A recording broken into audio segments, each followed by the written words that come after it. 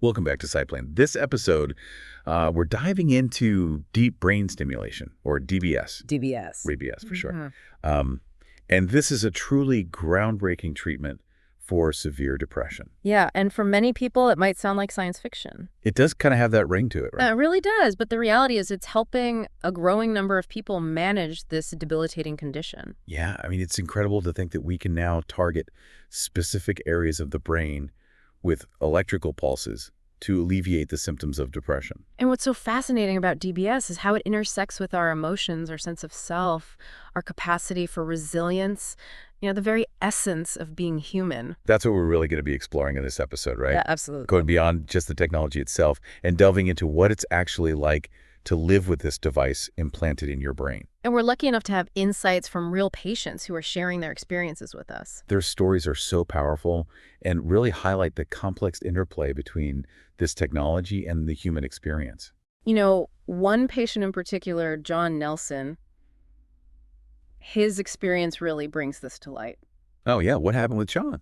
Well, initially, after having the DBS implant, he felt incredibly optimistic, almost cured. Wow. So like an immediate turnaround. It seemed that way. But about 6 weeks post-surgery, he started experiencing some unexpected challenges. Like what kind of challenges? He found himself overeating, oversleeping, and withdrawing from activities he normally enjoyed. So it wasn't just a simple flip the switch and depression is gone kind of scenario. No, definitely not. It's much more nuanced than that. What was going on then if it wasn't a relapse of his depression? Well, it turned out that John wasn't actually experiencing a return of his severe depression. Oh, so something else entirely. Right. He was struggling with something that many of us might take for granted. Okay.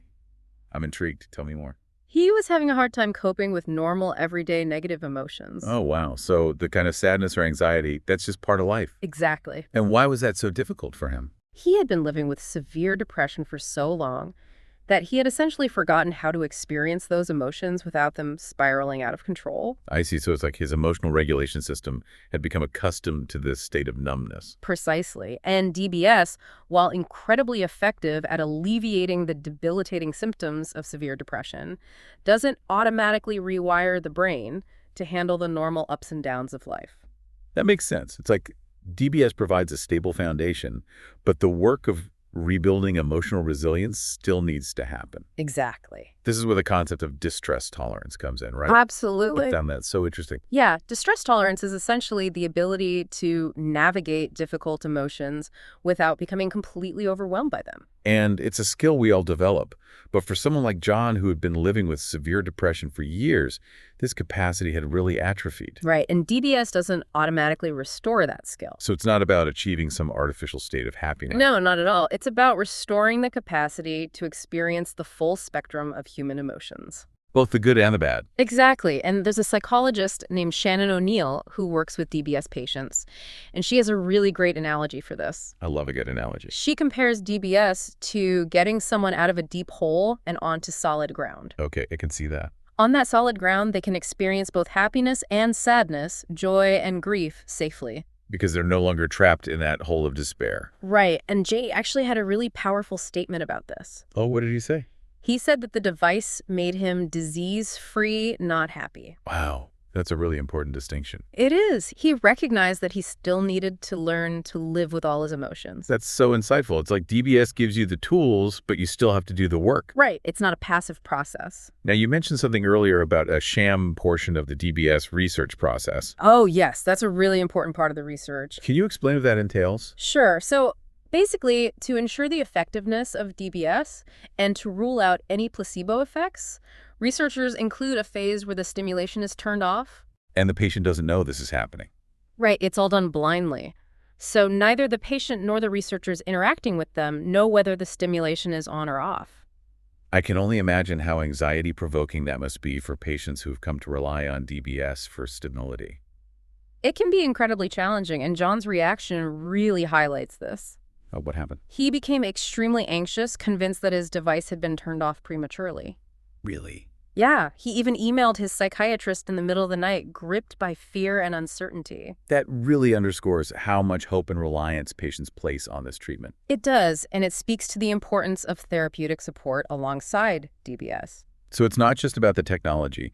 It's about providing patients with the tools and guidance they need to navigate this new way of being. Exactly. They need help processing their emotions and relearning those coping mechanisms, especially as they transition back to experiencing the full spectrum of human experience. Okay, so we've talked about the psychological impact of DBS. Now, let's shift gears a bit and talk about what it actually means to have DBS from a physical standpoint. Okay. So we know it involves implanting electrodes in the brain, but what does that look like for the patient day to day?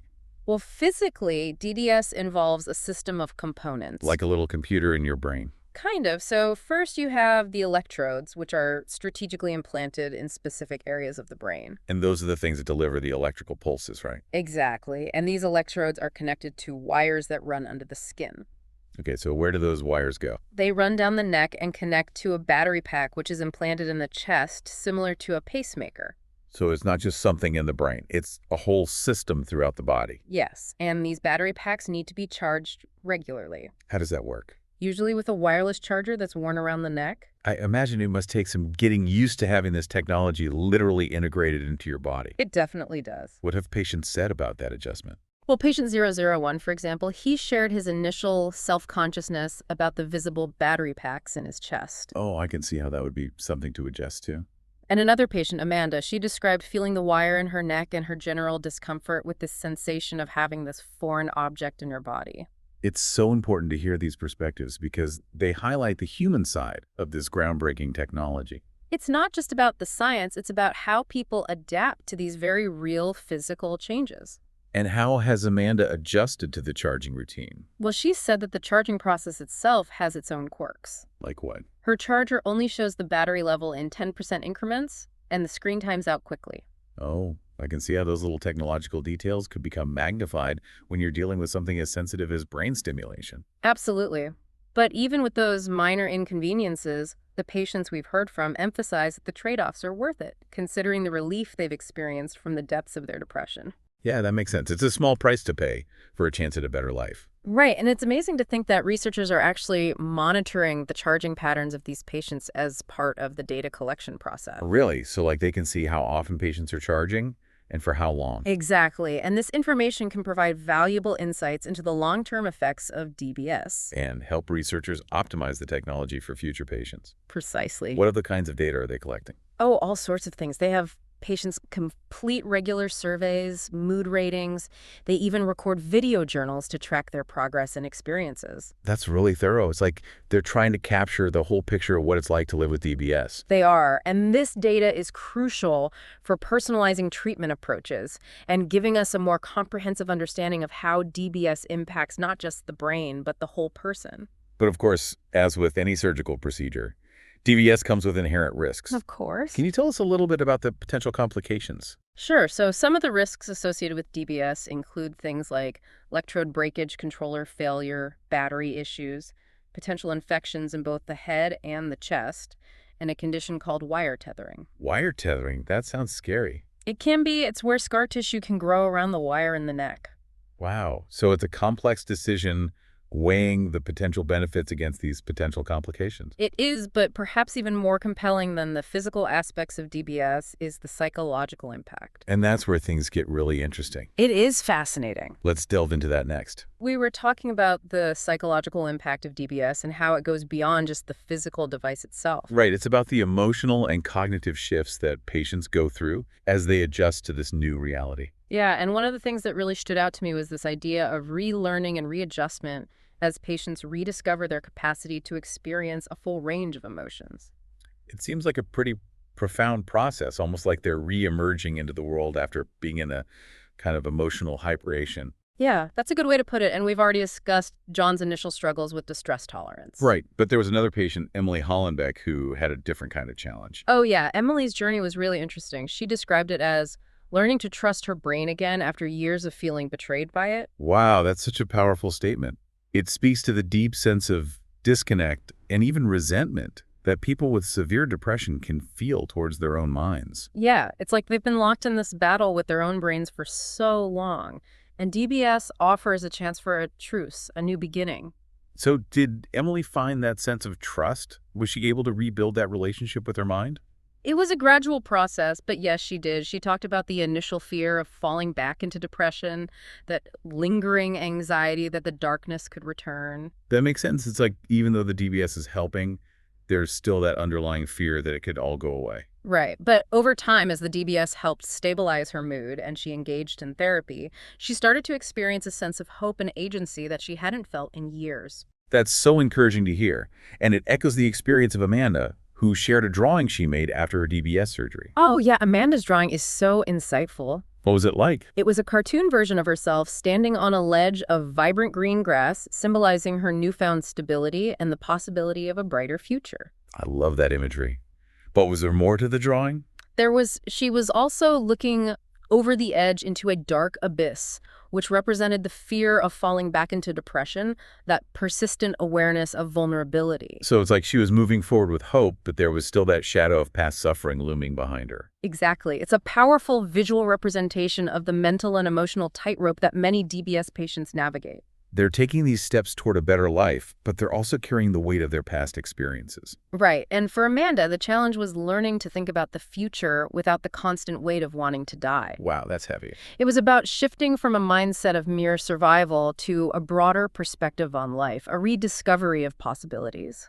It's like they were finally able to come up for air after being underwater for so long. Yeah, and this theme of transitioning from a focus on day-to-day coping to a more expansive outlook on life was something that psychologist Shannon O'Neill observed in many of her DBS patients. There wasn't just an isolated experience. It seems like this shift in perspective is a common thread among DBS patients. It really does, and O'Neill described how their language would evolve over time. Oh, in what way?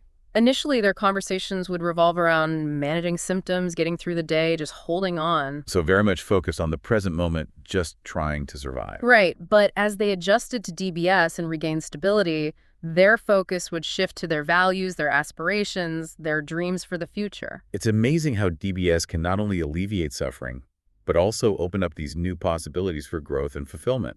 Yeah, it's like they were finally able to lift their heads above the water and breathe to see beyond the immediate horizon of their pain. And start to imagine a future that they hadn't allowed themselves to consider before. Exactly. They were no longer consumed by the struggle to survive. They were starting to reclaim their lives, their identities, their hopes.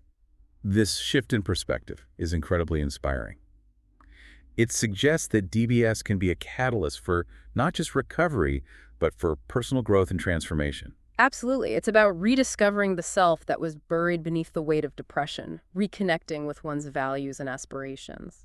It's a beautiful thing to witness, but it's important to remember that DBS is still a relatively new and evolving treatment. Right. We're still learning so much about its long-term effects and how to optimize its effectiveness. And the data being collected from these clinical trials is so valuable in helping us understand how DBS works, who might benefit most from it, and how to personalize treatment approaches. Absolutely. It's not a one-size-fits-all solution. So it's about careful patient selection, ongoing monitoring, and providing comprehensive support to help individuals navigate the complexities of this treatment. Exactly. And it's crucial to be realistic about what DBS can and cannot do. Right. It's not a cure for depression. No, but it can be a powerful tool for managing symptoms and restoring a sense of agency and control. And ultimately, it's not about erasing depression, but about empowering people to live with it in a way that allows them to function, to find meaning and joy, to reclaim their lives. And the stories of these patients, their willingness to share their experiences, are so valuable in breaking down the stigma surrounding mental illness and treatment. Speaking of stigma, I think it's important to address the societal perceptions of both mental health disorders and treatments like DBS. Oh, yeah. There's still a lot of misunderstanding and judgment out there. People might view DBS as invasive, unnatural, even bordering on mind control. Right. And John actually has shared some heartbreaking examples of the dismissive comments he's received from people who just don't grasp the reality of living with severe depression. It's so disheartening to hear that people would minimize or trivialize such a serious condition. Yeah, it's like telling someone with a broken leg to simply walk it off. Exactly. Mental illness is a real medical condition that requires treatment just like any other illness. And DBS is a legitimate evidence-based treatment option that can be transformative for those who are struggling. So by sharing these stories and educating the public, we can help dispel the myths and fears surrounding DBS and foster a more compassionate and supportive environment for individuals with mental health challenges. It's about shifting the narrative from judgment and shame to understanding and support. And that includes recognizing the courage it takes for patients like John, Emily, and Amanda to not only undergo this treatment, but also to openly share their experiences with the world. Their willingness to be vulnerable is remarkable, and they're helping to pave the way for others who might benefit from DBS but are hesitant because of the stigma. Their stories serve as a powerful reminder that there is hope, even in the darkest of times. And that seeking treatment, whether it's therapy, medication, or a groundbreaking procedure like DBS, is a sign of strength, not weakness. It's a reminder that we need to approach mental illness with the same compassion and understanding we would any other health condition.